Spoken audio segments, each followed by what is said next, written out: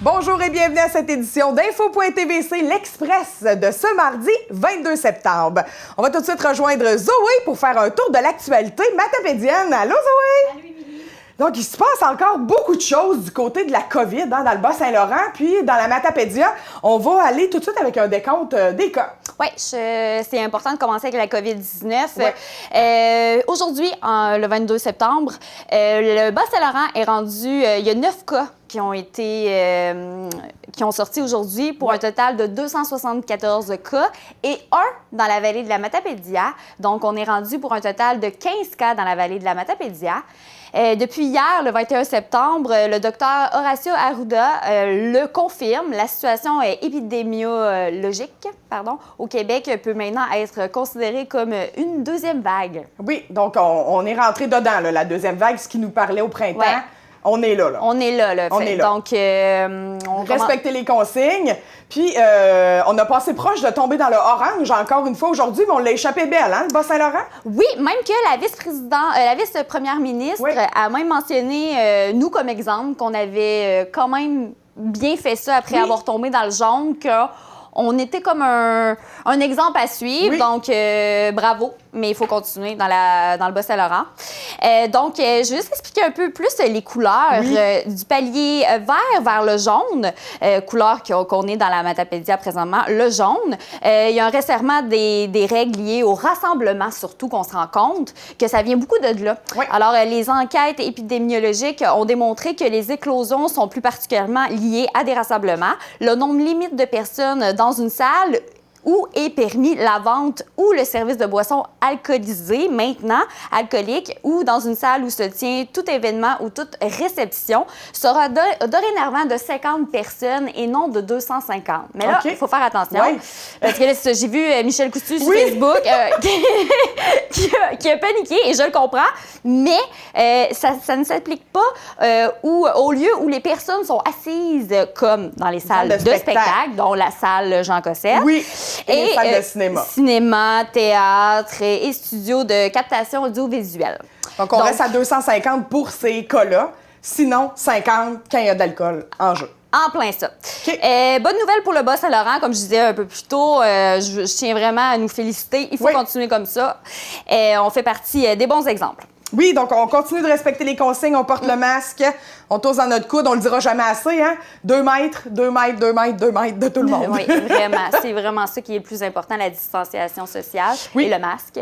Et se désinfecter les mains. Ben oui, qu'est-ce qui peut arriver si on tombe dans le orange? Il y a une nuance entre le jaune et le orange, là. Oui, nous, présentement, c'est 10 personnes maximum, les rassemblements à la maison. Oui. Puis, si on tombe dans le orange, ben c'est 6 personnes. Mais là, ça a été bien compliqué depuis hier aux nouvelles, mais c'est très facile à comprendre finalement. C'est 6 personnes maximum qu'on a le droit d'avoir dans une maison à l'intérieur ou à l'extérieur dans la cour, mais on peut dépasser le 6 personnes si c'est 2 ménages. Donc, mettons, j'ai 4 enfants, t'en as 3, on est rendu 4, 5, 6, 7, 8, 9 avec toi puis moi, mais là, c'est 2 ménages, fait que ça marche. Ah, bon, ben merci de la précision, c'est pas clair. C'est ça la différence. Oui. Donc, 6 personnes, 6 ménages différents maximum finalement. Si OK.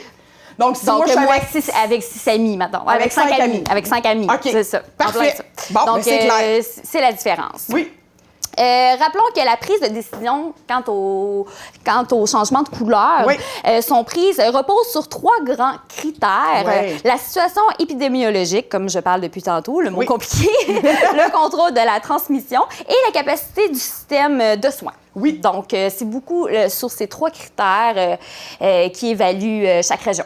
Oui. Finalement. Et là, c'est pas le temps d'aller se faire dépister pour le fun, là, de ce qu'on a compris. Hein?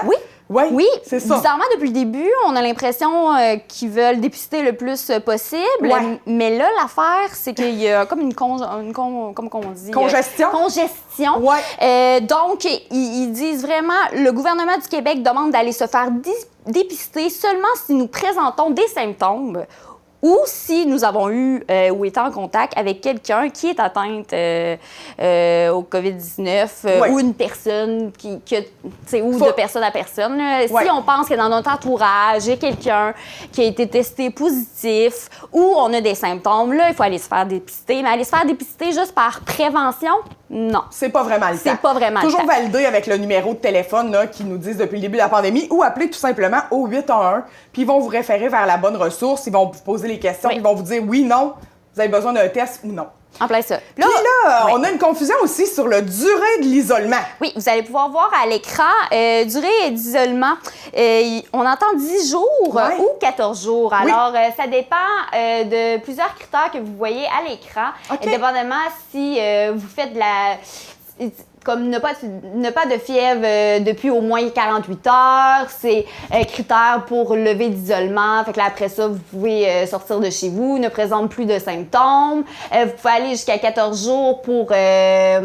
excusez, je vois mal à l'écran, là, mais vous pouvez aller jusqu'à 10 jours pour personnes confirmées positives par un test de dépistage par lien épidémiologique ou par tableau clinique, personne hospitalisée qui est un cas positif aussi, là, ça va aller jusqu'à 10 jours.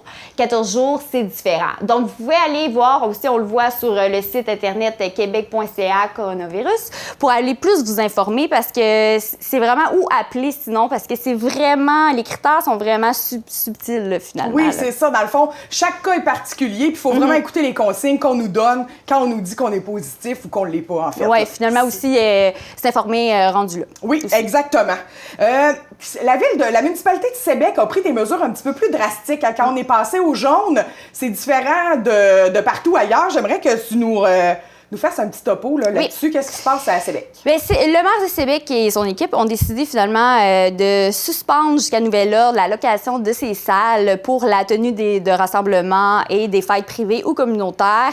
Aussi, ils ont décidé de rehausser son niveau de vigilance au centre sportif David Pelletier, au centre de conditionnement et au centre communautaire en effectuant notamment un suivi plus serré du respect des consignes sanitaires, distanciation, port du masque, lavage des mains, etc. Et fermer les bureaux administratifs de la municipalité, soit l'hôtel de ville et le service des travaux publics, finalement. Donc, Sébec a décidé plus rapidement, je dirais, de resserrer un petit peu plus tout de suite. Donc, c'est pas comme ça dans toutes les municipalités, mais c'est très correct aussi. Là. Ben oui, tout à fait. Ils ont pris la situation très au sérieux, puis ont décidé de resserrer les règles tout de suite. Il y a certaines municipalités qui attendent de voir si on passe dans le orange. Ça risque d'être pas mal ça partout. Hein? Oui, chacun a ses techniques. C'est ça, chacun a ses techniques. On va passer ensuite à d'autres sujets que la COVID. Oui. Une triste nouvelle qui est arrivée dans la Matapédia cette semaine. Oui, vendredi soir passé, le 18 septembre, un petit garçon de 5 ans du nom de Brandon Pinault a été transféré par avion à l'hôpital Sainte-Justine de Montréal après avoir été percuté sur la route 132 à mi-chemin entre la ville d'Amqui et du lac au Saumon. L'enfant se trouvait sur le bord de la route avec son frère aîné lorsqu'il a décidé de traverser la route pour une raison inconnue. Le conducteur du véhicule qui circulait sur la route 132 vers l'est, pour aller vers l'est, n'a pas été en mesure d'éviter le jeune garçon. Le 20 septembre, au soir, après 48 heures, nous avons finalement appris son décès. Une campagne de sociofinancement est présentement sur Facebook pour venir en aide à la famille, pour récupérer 100% des dons, des montants finalement qui seront recueillis. Parce qu'il y a d'autres comme GoFundMe, je pense que ça s'appelle. Il y a des frais là, qu'il y a des d'administration. frais qui gardent. Donc, avec Facebook, ça permet à donner tout le montant ramassé à la famille. Oui, puis on a vu... Chez Métro, par exemple, il y a des petites caisses directement chez les caissières, là, quand vous allez payer votre épicerie, où on peut mettre des dons en argent. L'équipe de la télévision communautaire se joint à moi pour vous souhaiter ses sympathies à toute la famille. C'est un drame horrible, puis on est de tout cœur avec vous. Ensuite, passons à une nouvelle. Château Bellevue pourrait avoir des nouvelles ressources pour les résidents à mobilité réduite, si j'ai bien... Non. Mais oui, c'est ça. Oui. Dans le fond, non, oui. Avec des soins supplémentaires, hein, c'est ça? Mais non, c'est depuis la fermeture des centres d'hébergement pour aînés de Sébec et Val-Briand. Oui, c'est ça. Mais oui, ce que tu dis, c'est vrai, mais pas aujourd'hui. OK. Donc, suite, on sait déjà, on en a parlé à la télévision communautaire à une autre époque, avant la COVID. Mais c'est ça, ça refait surface. C'est pour ça. Ça fait longtemps qu'on en parle. 21 aînés doivent trouver logement finalement. Puis, ils ont fait un appel avant la COVID, comme tu dis. Puis, personne n'a répondu parce qu'aucun prometteur des alentours répondait aux exigences du Centre intégré de santé et de services sociaux du Bas-Saint-Laurent. Alors, du dernier appel d'offres lancé par celui-ci, là, c'est le Château Bellevue d'Amqui qui a répondu. Alors, nous allons avoir la réponse au début du mois d'octobre auprès d'une analyse des critères importants. La grille d'évaluation prend en compte de l'environnement physique, les ressources humaines, la compétence du personnel et l'architecture du bâtiment. Donc, on va savoir si ça va être Château Bellevue d'Amqui, finalement, qui va répondre à cette demande. C'est 21 aînés présentement qui n'ont pas de place. C'est des ressources intermédiaires. Je cherchais le terme aérie, là, quand ils disent 21 aéries. Oui, en plein ça. Mauvaise nouvelle pour l'ouest de la MRC. Par contre, ça resterait dans la MRC. Fait qu'on délocalise des aînés pas si loin de leur maison. C'est quand même pas si pire. Là. Ça aurait été préférable que ça reste dans l'ouest, effectivement, mais bon. Mais bon, c'est mieux que s'en aller à Rimouski. Effectivement. Au moins.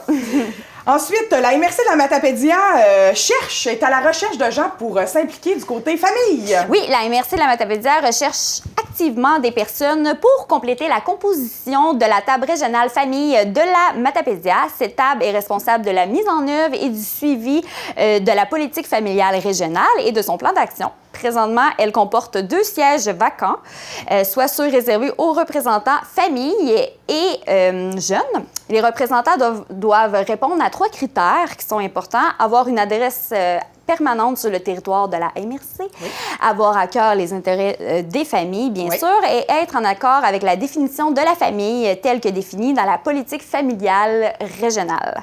Les membres de la table se réunissent environ 2 fois par année, donc pas trop d'implication. Pas trop d'implication.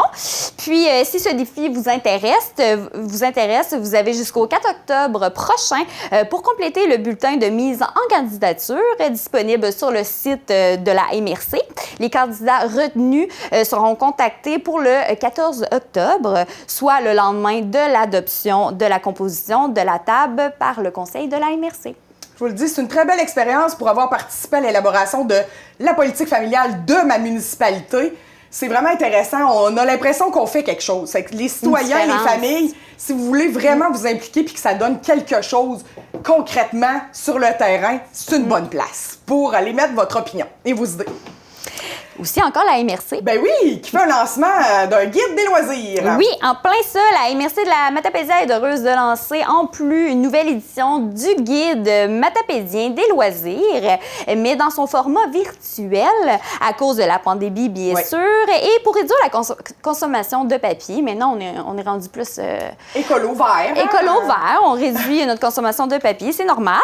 Alors, le guide sera disponible exclusivement en version électronique sur le web, médias sociaux, site Internet de la MRC, des municipalités et des autres partenaires. Dans le guide format virtuel, nous allons pouvoir y retrouver des dizaines d'activités de loisirs culturels, sociaux, récréatifs, sportifs, de plein air, un répertoire des bibliothèques, des parcs, etc. Donc, c'est vraiment une belle initiative. Tout à fait. Lamatapédia.ca/guide, vous tombez directement dessus. Vous allez voir, il y a une petite publicité pour votre téléviseur communautaire dedans. On est dedans. Aussi, ça va permettre, aussi avec la pandémie, de mettre un peu, cette activité-là est reportée, cette activité-là est annulée, ou finalement, l'activité va finalement se faire quand même, mais dans des situations, un contexte différent. Oui, tout à fait. Donc, merci beaucoup, Zoé.